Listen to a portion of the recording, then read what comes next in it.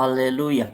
Shalom teman-teman, damai sejahtera Tuhan beserta dengan kita semua, dan pada sesi ini mari sama-sama kita membahas mengenai sidang dari Napoleon Bonaparte, terutama terkait dengan tindakan penganiayaan terhadap Pak Muhammad Kc. Nah, karena teman-teman, ini beritanya baru saya dapati beberapa jam yang lalu, bahkan ada beberapa berita yang kemudian baru membahasnya beberapa menit yang lalu, dan karena itu mari kita simak sama-sama karena memang ada informasi-informasi penting mengenai hal yang seperti ini, dan karena itu kita doakan saja memang yang terbaik supaya pada akhirnya Pak MKC ini benar-benar mendapatkan keadilan yang seadil-adilnya.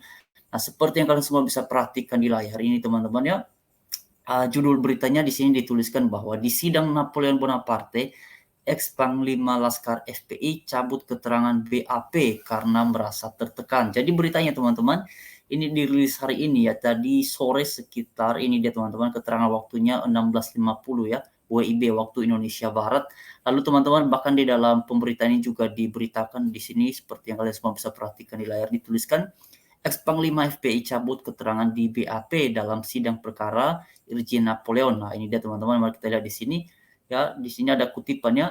Di sini keterangan saudara di poin 48 saya bacakan bahwa benar saudara Napoleon melakukan kekerasan fisik kepada saudara Kosman, yaitu dengan cara menggunakan tangan kanan, tangan kiri menjambak MKC.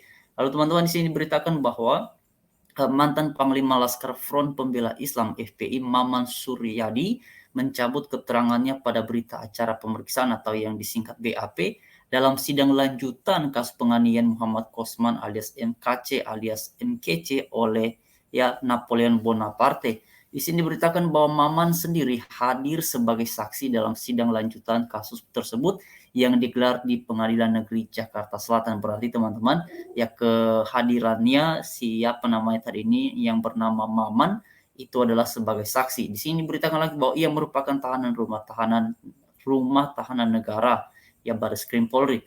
Pencabutan BAP tersebut bermula saat jaksa penuntut umum atau JPU membacakan BAP Maman yang menyebutkan bahwa Napoleon Bonaparte melakukan kekerasan fisik dengan menjambak MKC menggunakan tangan kiri, sementara itu tangan kanan Napoleon memegang tinja sambil memukul dan mendorong keras KC hingga kepalanya membentur di dinding kamar sel tahanan.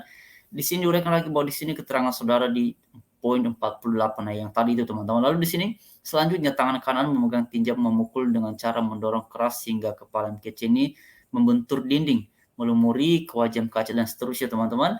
Lalu di sini dituliskan lagi, jaksa kemudian menanyakan apakah betul Irjen Napoleon memukul kaca setelah melumurkan tinja ini. Maman mengatakan bahwa hal itu tidak benar. Nah, ini dia teman-teman ya. Ini yang menariknya nih. Lalu di sini pada tanggal 3 September 2021, oke teman-teman, ini mencoba melihat latar belakang dari informasi-informasi sepertinya. Nah, intinya teman-teman seperti yang ada di layar, katanya ya yang bernama Maman ini cabut keterangannya di BAP dalam sidang perkara Irjen Napoleon atau Napoleon Bonaparte. Nah, teman-teman, kita tidak tahu nanti dinamikanya ini akan seperti apa, tetapi saya secara pribadi sangat-sangat berharap semoga JPU ataupun kemudian dalam hal ini nanti adalah pengadilan bisa mengambil satu keputusan hukum yang berkeadilan, yang berasaskan pada kebenaran terkait dengan tindakan penganiayaan yang dilakukan oleh Bonaparte atau siapapun kepada Pak Muhammad Kc ini. Inilah yang selama ini kita suarakan, dan teman-teman kalau kita lihat di foto-foto beberapa waktu yang lalu itu yang sudah beredar di media sosial, itu sudah sangat ramai sekali, teman-teman bisa memperhatikannya, itu luar biasa sekali.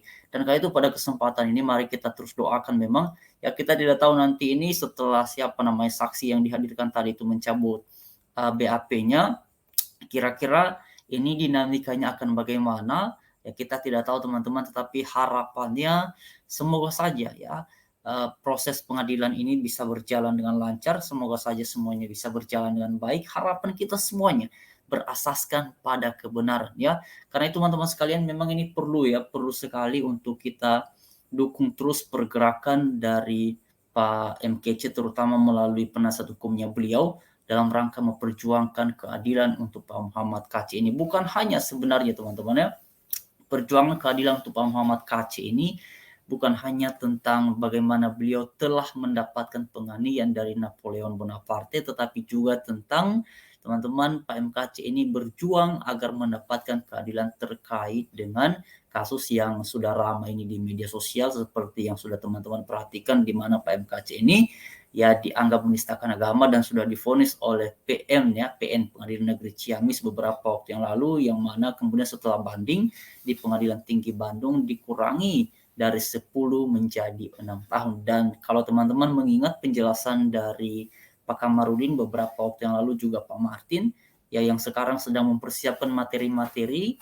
ya untuk mengajukan kasasi kepada Mahkamah Agung agar Pak MKC ini mendapatkan keadilan. Karena sebagaimana yang dikemukakan oleh Pak Kamarudin, menurut Pak Kamarudin sendiri harusnya Pak MKC ini bebas murni karena pasal yang didakwakan ataupun dituntut kepada beliau itu berbeda dengan pasal yang sejak semula digunakan untuk melaporkan Pak MKC. Nah, kayak ini memang teman-teman yang menarik ya.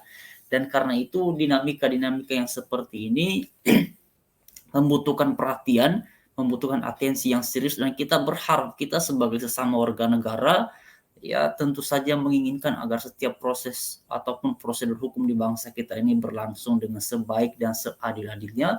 Dan teman-teman, pada sesi ini saya tidak menyuarakan hal ini karena Pak MKC beragama Kristen ataupun bukan, tetapi terutama ini tentang mengamalkan Pancasila, karena Pancasila kita menguraikan bahwa keadilan sosial bagi seluruh rakyat Indonesia, maka tiap insan manusia yang pada dasarnya adalah warga negara Republik Indonesia patut kita dukung untuk mendapatkan keadilan.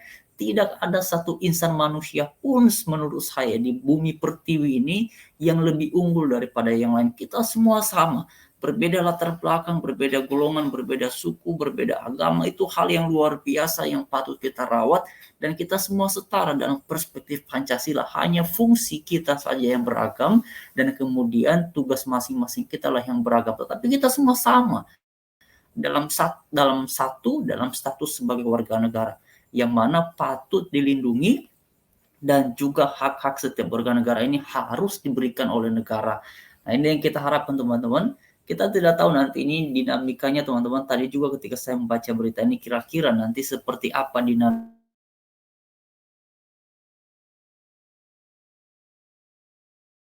saksi mencapnya ya. Kita lihat saja nanti teman-teman, tunggu informasi selanjutnya. Nanti kita mungkin ya bisa mendapatkan informasi dari Pak Kamarudin ataupun dari Pak Martin Simanjuntak terkait dengan hal yang seperti ini.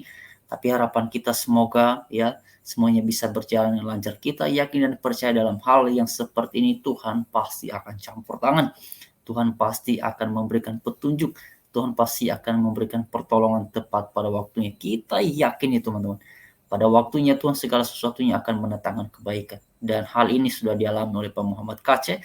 Karena itu kita jangan lelah untuk berharap, jangan lelah untuk percaya bahwa Tuhan turun tangan dalam situasi-situasi sulit yang seperti ini. Ya, kalaupun kemudian tadi katanya ada saksi ini yang mencabut BAP-nya, kita ini teman-teman ya, apakah yang diuntungkan di situ nantinya adalah Napoleon ataupun Pak MKC, kita nggak tahu nih. Katanya saja ada beberapa ungkapan tadi ya di dalam pemberitaannya sudah kita simak sama-sama. Tentu teman-teman bisa memberikan penilaian sendiri terhadap hal yang seperti itu. Tapi pada akhirnya harapan kita agar semuanya berjalan dengan baik dan seadil-adilnya. Itulah yang kita harapkan dalam situasi yang seperti ini. Jadi teman-teman, mari terus yakin dan percaya semoga Tuhan yang kiranya berkarya dan menolong agar semuanya ini bisa berjalan dengan baik, dan pada akhirnya kebenaranlah yang menang. Kita yakin kebenaranlah pada akhirnya yang akan menang. Itu ya teman-teman informasinya. Kita dukung terus dalam doa. Ya, doakan juga bangsa kita, bangsa Indonesia, doakan Pak MKC dan juga proses hukum ini agar semuanya